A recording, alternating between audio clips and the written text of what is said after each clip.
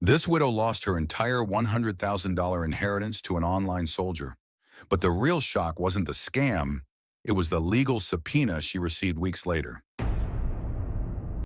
For 5 decades, Linda's existence was a testament to partnership and shared history. Her marriage was not a fleeting romance, but a deeply woven tapestry of daily life, built with her husband through the raising of 4 children and the quiet rhythm of Sunday church services and shared grocery trips.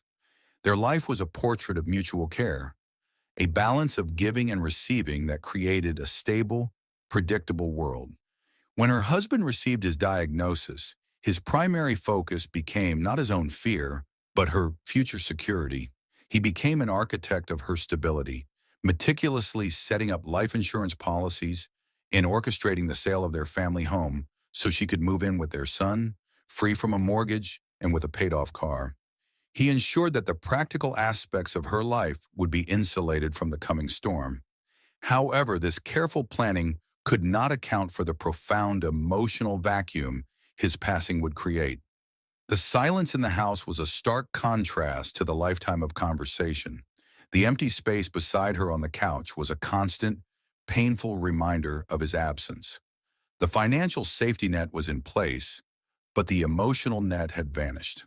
This left Linda in a vulnerable state, navigating a new and lonely reality, where the comforts of a long shared life were replaced by the hollow echo of solitude, creating a profound need for connection that would soon be exploited by a master of deception. The entry of Daniel Manuel into Linda's life was a carefully calculated invasion, perfectly timed to fill the silence. Appearing as a handsome soldier serving in Syria, his profile was a masterpiece of fabrication designed to appeal to her sense of patriotism and compassion. He presented himself as a strong yet lonely figure, a man in need of a pen pal to bring cheer to a difficult deployment. His initial approach was not one of immediate romance, but of building a foundation of trust in daily interaction. The morning poems and consistent goodnight messages created a structure and anticipation in her days that had been missing. He was not just a man, he was an ideal. Gorgeous blue eyes, a muscular build, and the disciplined aura of a Green Beret. His slight, unplaceable accent added an air of international mystery, which he explained away with a story of years spent abroad. This digital relationship became her new routine, a secret world of affection and attention that stood in sharp contrast to her tangible reality. The texts and calls built a bond through shared, if entirely fictional, experiences.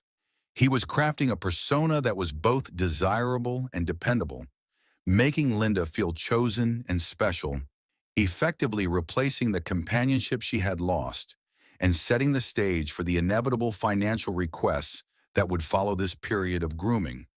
The transition from companionship to exploitation began with a fabricated crisis, a common tactic used to test a victim's willingness to comply.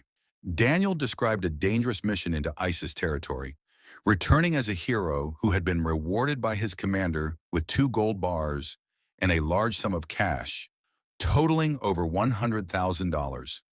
This story served multiple purposes. It painted him as brave and trustworthy, while also introducing a tangible, valuable asset that needed her help. The problem, he claimed, was that he could not keep such wealth in his army camp. He needed a safe haven, and he asked Linda to be his custodian, mailing the precious box to her address. This request made her an accomplice in a secret, thrilling plan, deepening her investment in the narrative. The moment she agreed and provided her address, the trap was set. The first request for money came swiftly, a seemingly minor issue of unpaid postage from the fake shipping company. The $2,500 fee was the initial test, and despite her initial refusal, her eventual payment signaled her vulnerability. This first transaction was the critical breach in her defenses, proving that emotional connection could be leveraged for financial gain and opening a floodgate of escalating demands. Once the first payment was made, the fictional journey of the package became a relentless extortion engine. The box began a convoluted international odyssey from Syria to Spain, then to London, and on to Canada, with each new border crossing generating a fresh financial demand. The fees evolved from simple postage to exorbitant customs charges and weight fees, each one larger than the last, $7,000, then $10,000. The scammers introduced a new layer of authority, claiming that customs officials had x-rayed the box, knew about the gold bars, and demanded taxes be paid.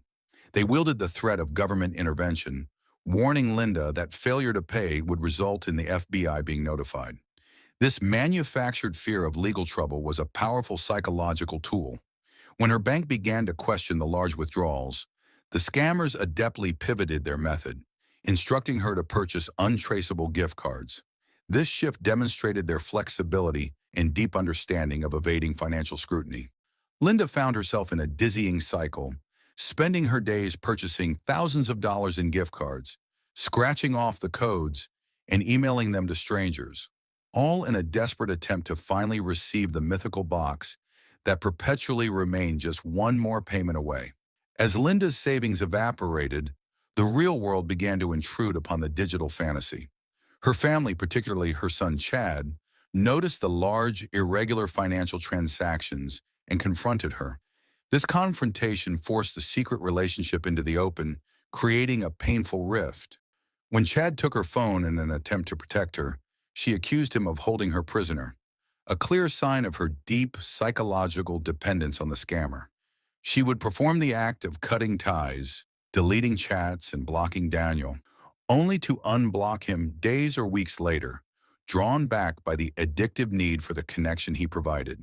This cycle of promise and relapse eroded her family's trust, as they discovered she had been lying about her continued communication. Linda existed in a state of cognitive dissonance.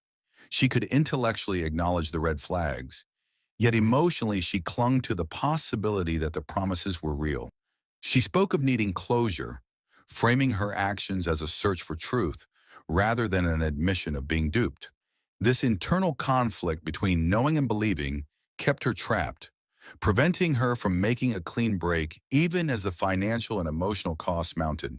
A critical breakthrough came from an evidence file Linda herself had provided.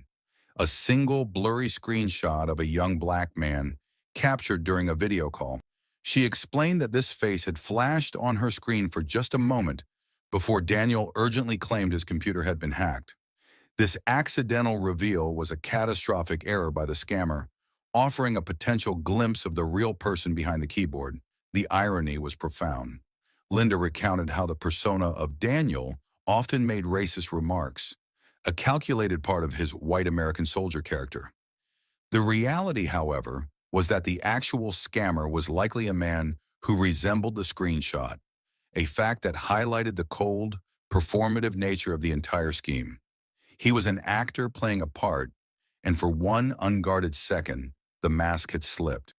This single image transformed the investigation from debunking a stolen identity to potentially identifying the perpetrator, adding a new and urgent dimension to the search. The most alarming discovery lay in following the money.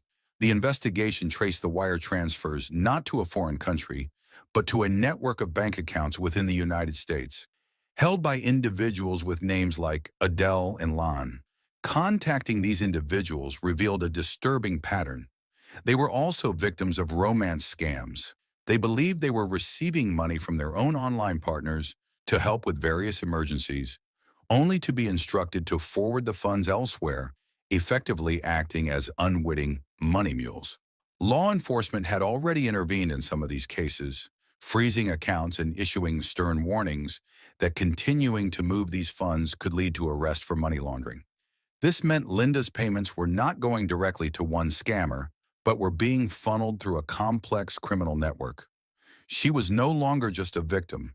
She had become a node in an illicit financial chain, and her financial activity had now placed her on the periphery of an active law enforcement investigation, elevating the situation from a personal financial loss to a potential legal jeopardy.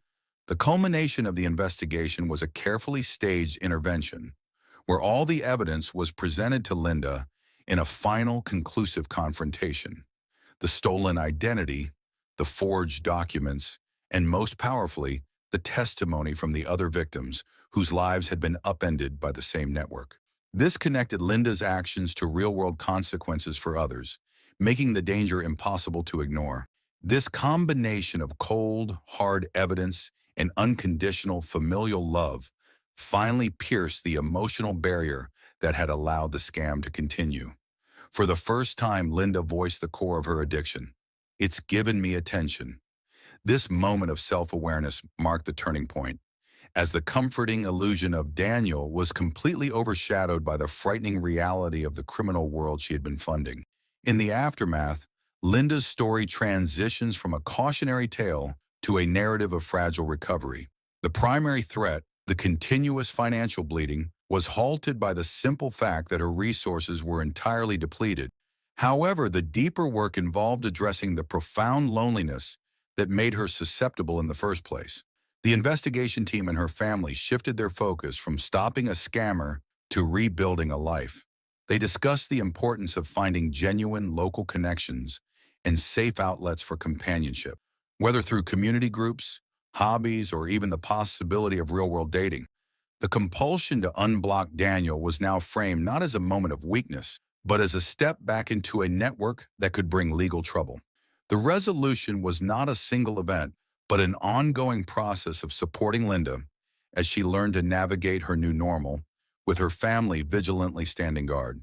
Her experience stands as a powerful reminder that the most devastating cost of these scams is not the money lost, but the human connection hijacked in the long, difficult journey required to reclaim it. If you found this video informative, please give it a like. Share your thoughts about this story in the comments. Don't forget to share it with others and subscribe for more in-depth stories. Thanks for watching.